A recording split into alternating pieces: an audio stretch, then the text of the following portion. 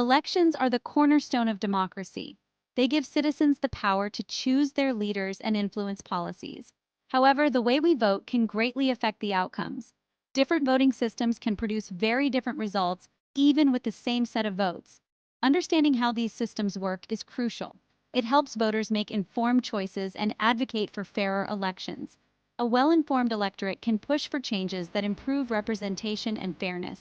In this essay, we will explore various voting systems and their impacts. We will start with first past the post, one of the most common systems. Then we will look at alternatives like instant runoff voting, approval voting, and Condorcet's method. Finally, we will discuss the implications of arrows and possibility theorem. By the end, you will see why it's important to be informed about how our votes are counted. This knowledge empowers us to engage more effectively in our democratic processes. First past the post, or FPTP, is one of the simplest voting systems. Each voter casts one vote for their preferred candidate. The candidate with the most votes wins, no matter how small their lead. This system is used in many countries, including the United States and the United Kingdom. One of the main advantages of FPTP is its simplicity. It's easy for voters to understand and for election officials to administer. However, this simplicity comes with significant drawbacks. In FPTP, a candidate can win without a majority of the votes. If there are many candidates, the winner might have only a small percentage of the total votes. This can lead to a lack of representation. For example, if 3 candidates are running, one might win with just 34% of the vote, leaving the majority, 66%, preferring someone else. This system often discourages third-party candidates, as voters may see a vote for them as wasted. As a result, FPTP tends to favor larger parties and can lead to a two-party system. It may also result in tactical voting, where voters choose the lesser of two evils rather than their true preference. Instant runoff voting, or IRV, also known as ranked choice voting, is designed to address some of the issues with FPTP. In IRV, voters rank candidates in order of preference. If no candidate gets a majority of first-choice votes, the candidate with the fewest votes is eliminated.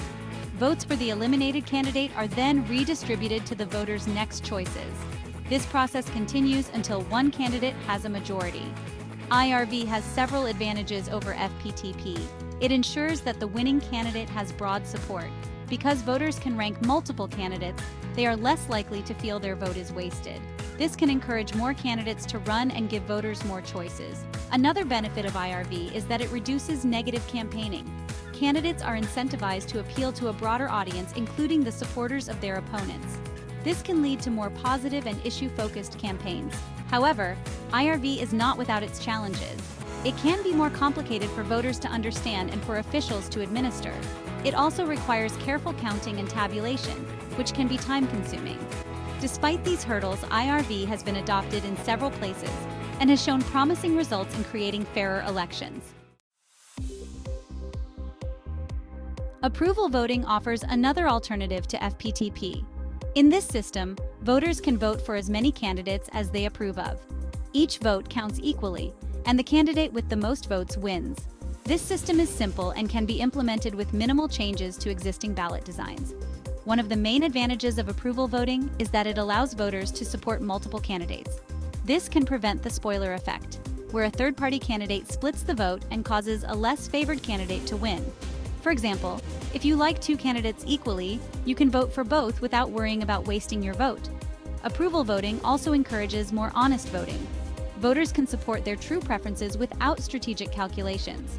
This can lead to more accurate representation of voter preferences and greater satisfaction with election outcomes. Despite its benefits, approval voting has some limitations.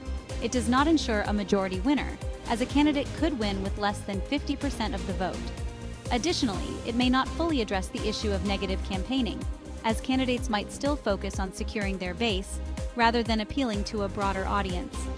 Overall, approval voting is a straightforward system that offers several improvements over FPTP, particularly in reducing the spoiler effect and allowing for more honest voter expression.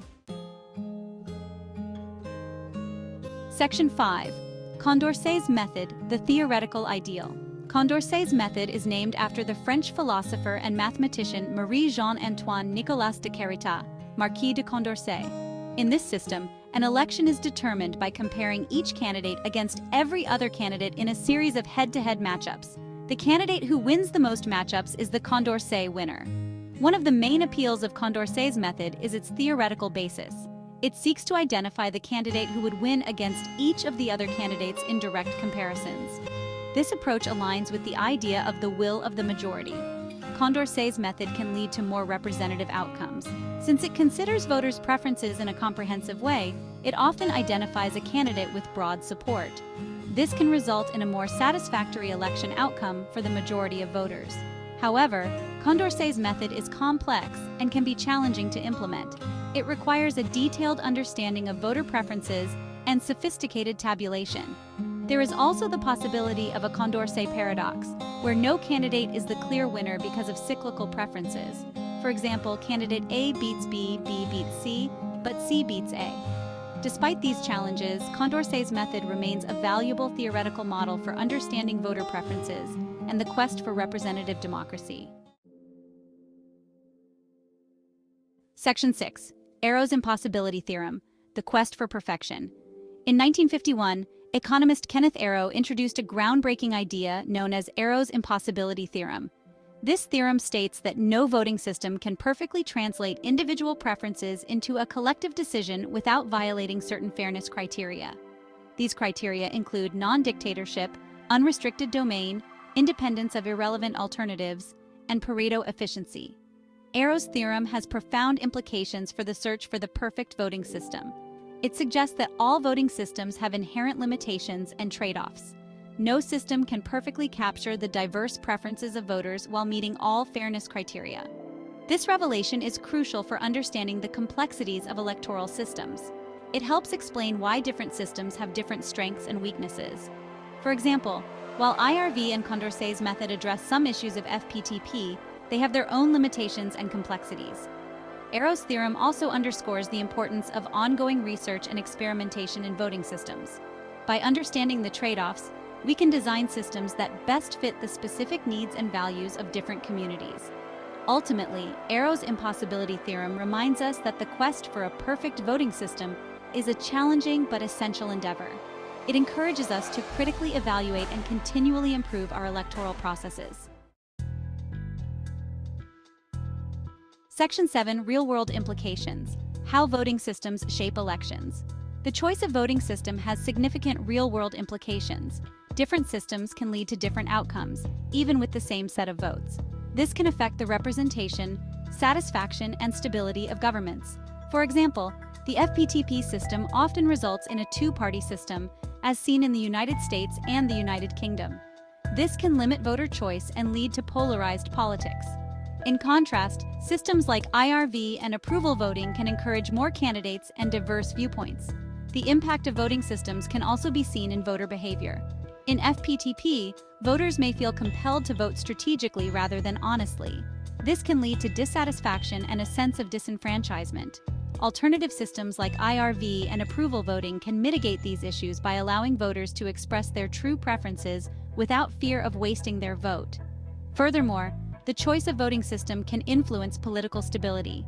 Systems that better represent voter preferences can lead to more stable and effective governance. Conversely, systems that produce skewed or unrepresentative outcomes can lead to political unrest and instability. Understanding these real-world implications is crucial for advocating for electoral reforms. It highlights the importance of choosing a voting system that aligns with the values and needs of the electorate. Section 8. Conclusion. The power of informed citizenship. In conclusion, understanding voting systems is essential for informed and engaged citizenship. Different systems can lead to vastly different outcomes and have significant impacts on representation and governance. By exploring systems like FPTP, IRV, approval voting, and Condorcet's method, we gain insights into their strengths and weaknesses. Arrow's impossibility theorem reminds us that no system is perfect. However, this should not deter us from seeking improvements. By critically evaluating and advocating for fairer systems, we can enhance the democratic process. Ultimately, the power of informed citizenship lies in our ability to understand and influence the mechanisms of our democracy. By being knowledgeable about voting systems, we can make better choices and advocate for reforms that promote fair and representative elections. This is crucial for the health and vitality of our democratic institutions. As we move forward, let us continue to educate ourselves and others about the importance of voting systems. Let us engage in discussions and actions that lead to more just and equitable electoral processes. In doing so, we uphold the principles of democracy and contribute to a fairer society for all.